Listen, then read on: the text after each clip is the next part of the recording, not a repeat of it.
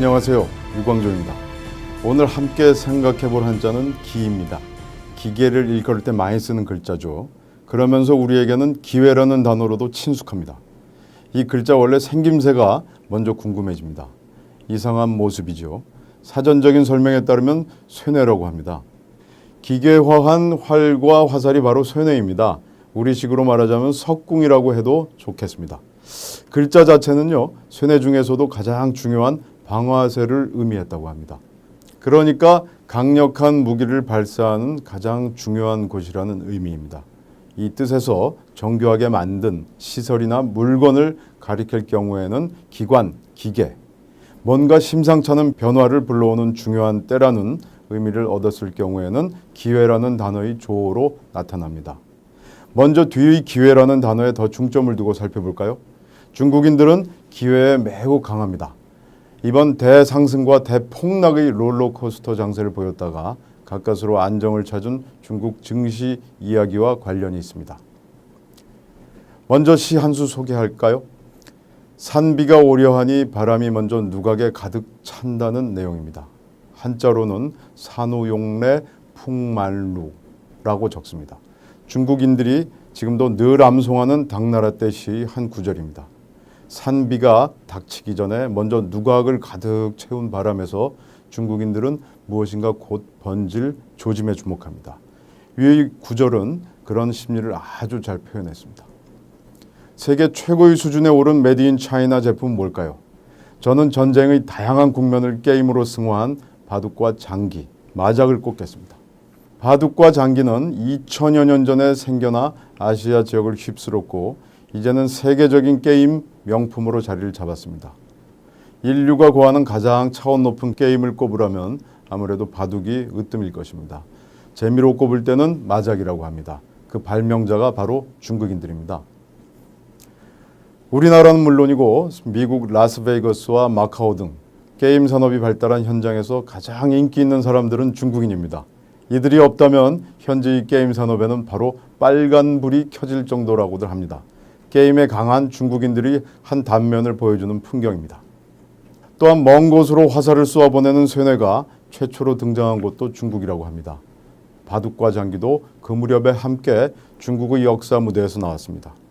세계적인 병법인 손자병법이라는 책도 역시 그 즈음의 중국에서 모습을 드러냈습니다. 이 세 항목의 공통점은 뭘까요? 저는 전쟁이라고 설명하겠습니다. 그 전쟁의식에서 게임에 매우 강한 취향을 드러내는 중국인의 의식이 자리를 잡았던 것 아닐까요? 기라는 글자는 여러 단어의 조합이 가능합니다. 우선 기회입니다. 좋은 일이 벌어질 순간이면 혹이라고 적죠. 그 반대는 위기입니다. 무엇인가 결정이 나서 상황이 바뀌는 경우는 계기라고 합니다. 그런 때와 순간을 기다리는 일은 대기입니다. 이 상황에서 다른 상황으로 바뀌는 때나 그런 조건을 일컬을 때는 전기라고 부릅니다. 물론 부정적인 말도 있습니다. 투기라고 하는 경우죠. 그런 중요한 순간을 살피다가 제가 지닌 무언가를 던져서 뜻밖의 소득을 올리는 행위입니다. 조그만 돈으로 커다란 돈을 벌어들이는 일이기도 하죠. 개인으로 볼 때는 행운과 다름없는 말이겠지만 이런 행위가 사회 전반에 퍼질 때는 아주 곤란한 현상이 생기고 맙니다. 그럼에도 중국인들은 투기에 매우 강합니다. 전쟁과 그를 닮은 게임에도 강한 면모가 바로 그와 관련이 있는 셈이죠. 2500년 넘은 손자병법을 줄줄 외고 하다가 안 될 땐 그냥 튀어라. 이런 36개도 머리에 담고 생활합니다. 그러니 돈을 벌 수 있는 기회를 맞으면 아주 신속하게 대응합니다. 그런 중국인 특유의 취향과 이번 중국 증시 파동은 어느 정도 관련이 있습니다. 중국 증시는 많은 문제점을 드러냈습니다. 중국 정부의 통제 능력이 나날이 커져만 가는 시장의 힘을 더 이상 컨트롤하기 어렵다는 점을 보여준 상징적 현상이라는 분석도 나옵니다. 그러나 중국 정부에게는 아직 많은 통제 수단이 존재한다는 관측도 등장합니다. 결과적으로 볼 때 중국 정부의 강력한 개입이 결국 증시의 안정을 이끌었고 집권 중국 공산당은 아직 여전히 통제 위주의 통치 틀을 유지할 수 있다는 점도 보여줬습니다. 그러나 사고도 적지 않았습니다. 개미 투자자들의 자살이 사회 문제로 떠올랐고 투기적 속성을 보인 수많은 투자자들의 좌절이 중국 정부를 향한 민심 이반으로 표출하지 않을까라는 우려도 나왔습니다. 보도에 따르면 지난 5월 말 증권 계좌는 5억 1,316만 개, 개인 투자자는 9,196만 명입니다. 이들 중 상당수의 투자자들이 폭락 증시에서 적지 않은 상처를 입었을 겁니다. 중국 증시가 중국 금융에서 차지하는 비중은 높지 않다고 합니다. 따라서 이번의 롤러코스터 증시가 G2 중국의 위상에 결정적인 영향을 미치리라고는 볼 수 없습니다. 그럼에도 사회적으로 적지 않은 문제를 냈고 시장의 힘에 밀리는 중국 집권 공산당의 통제 능력의 일단도 드러냈습니다. 중국의 미래 행보를 두고 여러 시사점을 던진 셈이죠. 그럼에도 저는 기회에 민감한 중국인, 그로서 때로는 투기 속성도 드러내지만 게임에 익숙한 중국인 이야기를 더 하고 싶습니다.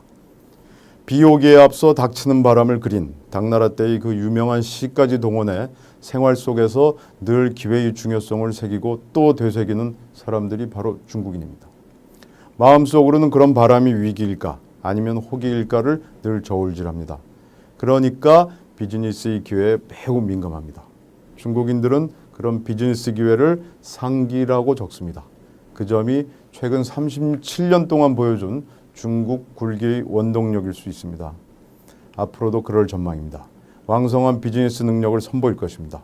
투기 속성이 사회에 큰 혼란을 부를 수도 있겠죠. 그러나 그 점은 중국 정부가 고민해야 할 문제일 겁니다. 하지만 우리나라의 경제가 중국과는 따로 떼어서 생각할 수 없음을 감안한다면 우리로서는 중국의 증시와 중국인들이 강력한 비즈니스 정신에 시선을 뗄 수는 없을 것 같습니다. 감사합니다.